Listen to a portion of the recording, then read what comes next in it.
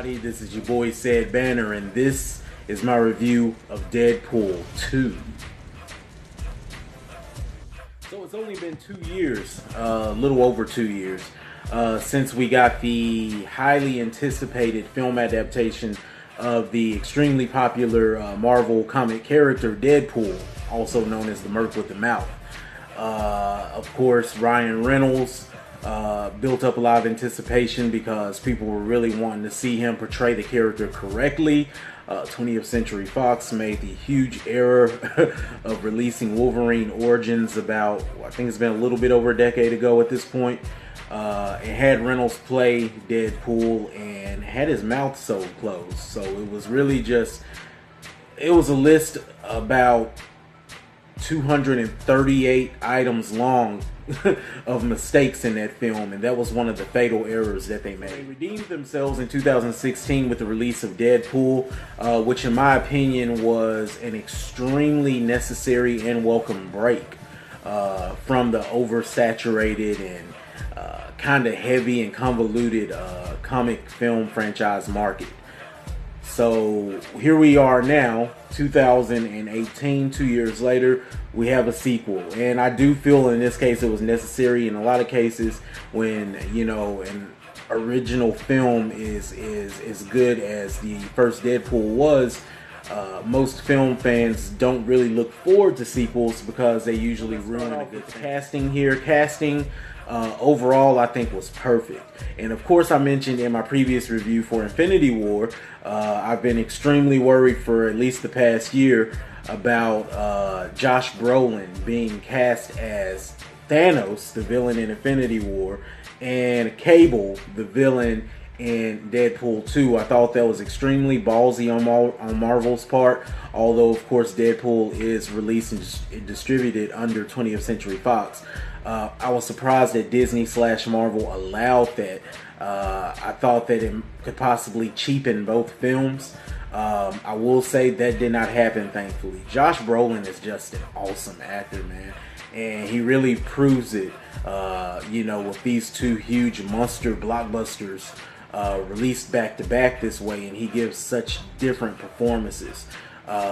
This is not Thanos in any way, and that's a good thing. Cable is a much different character, and I can't really say much about him without spoiling the film, but I'll just say there's a depth given to him, and there was a different type of depth given to Thanos, but the depth given to Cable in this case I really enjoyed, and it added a little bit of heart and seriousness to a, you know, otherwise kind of slapstick film. As Wade/Deadpool's best friend bartender, always hilarious. You know, not on film, not on the screen a lot, but when he is, he has a lot of zingers that really elevate the comedic level of the film. He and Reynolds together are awesome. Reynolds as Wade/Deadpool, of course, awesome as always.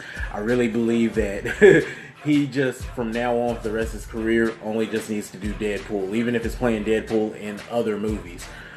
He doesn't need to do anything. A lot of surprise cameos here, and I'm not going to give any of them away, but there are a lot of surprise cameos, and some aren't even cameos. I mean, they're full-blown performances, characters in the film that caught me off guard, and I really enjoyed that it elevated the film as a whole, in my opinion.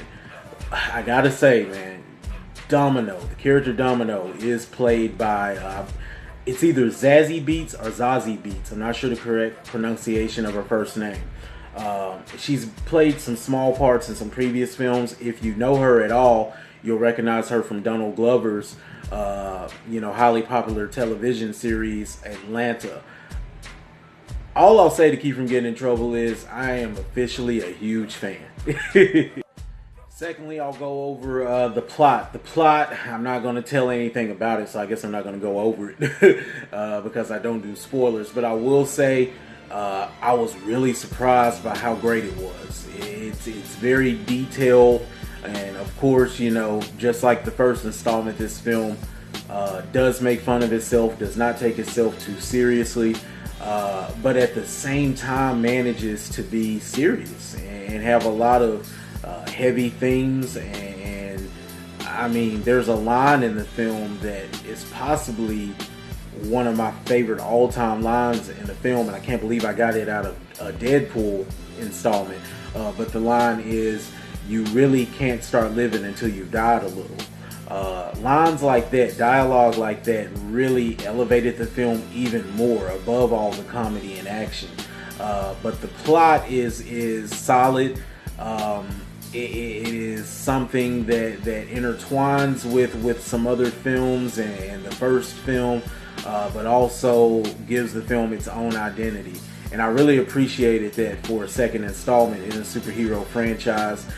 It feels like there was a lot more thought and concern put into putting this script together than what we are accustomed. Of course, you know, this is a superhero film / summer blockbuster. There's plenty of action, special effects. I love the use of CGI in this film, just as I did in the first one. It's not overdone, and it's used in such a way that you wish it could be used in more serious superhero films and franchises.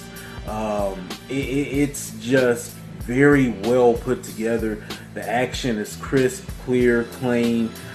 You know, it's not just so much going on that it's just a huge mess on screen. So many scenes, a scene involving a convoy, a skydiving scene, which is great.